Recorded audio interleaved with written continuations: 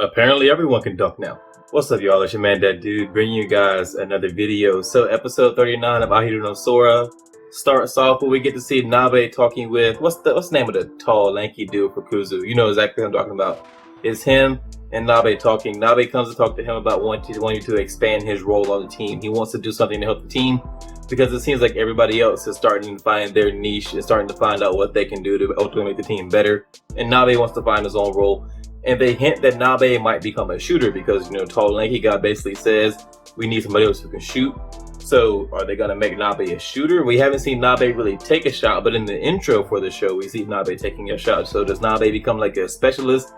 It'd be kind of cool to see a guy go from having no basketball skill at all to having at least one skill that could help the team be better. After that, we get back into the game between Yokohama and Shinmaruko, and I really got to give it up to this show. It spends so much time really fleshing out characters on other teams that when they play each other, those games feel every bit as real and you feel every bit as invested in those games as you do with the games from Kuzu High. This game was just, it doesn't get the amount of time as Kuzu High's games, but from like a stake standpoint and how invested you are in the characters, it's every bit as good.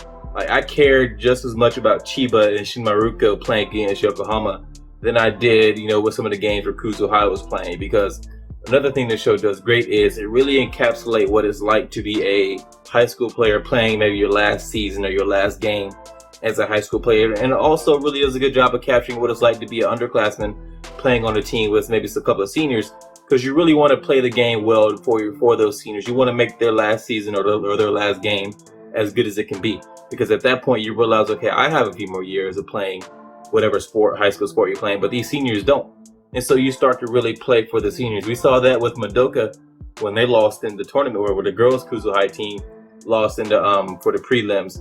They were crying because they felt bad that they let the seniors down. They wanted to win for the seniors because that's probably the last chance of seniors to get to play basketball. And if you didn't play high school sports, it's kind of hard to explain how important and how like of a big part of your life that becomes during high school. Obviously, high school sports aren't the end all be all. You might have some people who live in the past a little too much, but if you play high school sports, they're a big part of your life at the moment, and that you really feel like you're losing a big part of your life when that's over.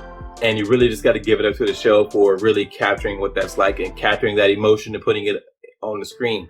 You get to see like Chiba especially tries to stay strong on the court for the underclassmen. He tells them, hey, you guys play hard. There's something to feel bad about. You didn't let anybody down. You fought. We just happened to lose to a better team. But we get to see him in the tunnel when he's away from everybody else, that he's starting to break down a little bit, because ultimately it's a very sad moment. We also get some hinting at what Chiaka's role on Kuzu High's team is going to be going into the future. We get to see that Nanao is looking at the point forward for Yokohama and saying, hey, this could be Chiaki's role later on, because Chiaki is a good point guard, but to really have the team meet its full potential, Sora has to be a point guard because Sora is the smallest player on the team. Typically, the smallest player on the other team is going to be a point guard, so you have to have Sora guard the other team's smallest player. Otherwise, you're going to have constant defensive mismatches. And if you're not familiar with the sport of basketball, maybe just watching this anime, just maybe your first foray into basketball, your point guard on a basketball team is typically the smallest player. And since Sora is the smallest player on Kuzu High, he's going to have to generally guard the other point guard, so he needs to be the point guard. That's the position he needs to be at for this team to reach its full potential. So Chiaki has to move to a different role, but since Chiaki's role is best to be a passer, he has to fit a mold of somebody who can also pass, also score. So a point forward is has to be his future position. And so it's nice that now I was watching another team that has a point forward and going to try to mold Chiaki into that role. And Chiaki is also at the game. I think Chiaki realizes that, hey, eventually I'm going to have to move into a different position for this team to be great. He realizes what his limitations are, what the team's limitations are with him at the point guard. And so his role on the team is going to have to change. He's going to have to become more of a scorer, but still keep his amazing passing ability. Apparently everybody in this show can dunk now. Like, not everybody, but before it was just like, hey, the Chiba from Shinmaruko could dunk. Tall, lanky dude from Kuzu High could dunk. Now, man, Yokohama has two dudes that can dunk. Neither of which are like super tall. Like the guy who played in America just caught an alley-oop and like reversed it when his head was almost at the rim. Apparently that guy has a crazy vertical. Another guy for Shinmaruko just went up and dunked when he was considerably shorter than Chiba. So apparently we also saw Chiaki dunk a few episodes ago when they were practicing at the tall lanky dude's house. He went up, caught a putback, and dunked it. Apparently a lot of guys are dunking now, which was bound to happen. Like a dunk is probably the most exciting play you could have in basketball. So it was only a matter of time before we start getting more dunks in an anime about basketball, because it's just exciting. If you never dunked a basketball, it's a great feeling. I'm not gonna lie, it feels so great to dunk one. Yokohama does ultimately beat Shinmaruko, and so we get to see again just how of a big challenge Yokohama's going to be. I really don't see how Kuzu High is going to beat Yokohama. Yokohama has a better coach. Like, we all like it now, but Yokohama has a better coach. The guy's been around longer. He's coached more players. He's coached better players. He's just more experienced. They have a better coach. No matter how much of a genius Danao is, she's still relatively inexperienced. Yokohama has played together longer. They've been a team for longer. They have more cohesiveness. They have more chemistry.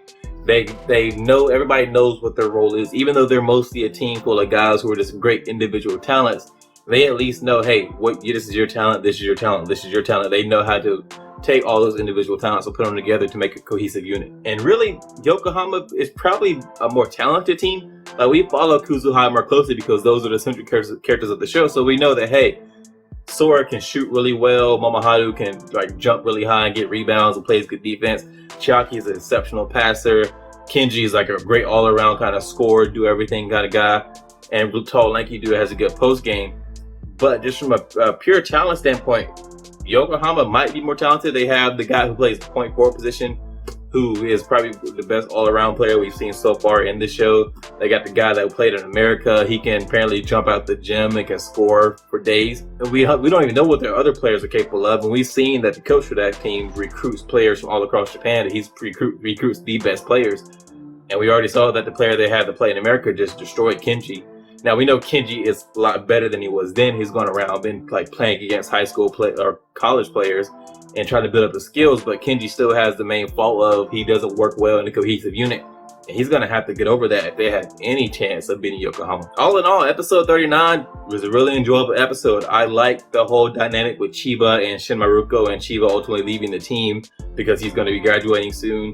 We get to see that Chiba is getting some offers from colleges to play, so we at least know that Chiba is going to be able to continue his basketball journey. That's kind of a sweet moment to see. And all around a great episode. So thanks for watching, guys. I'll see you in the next one.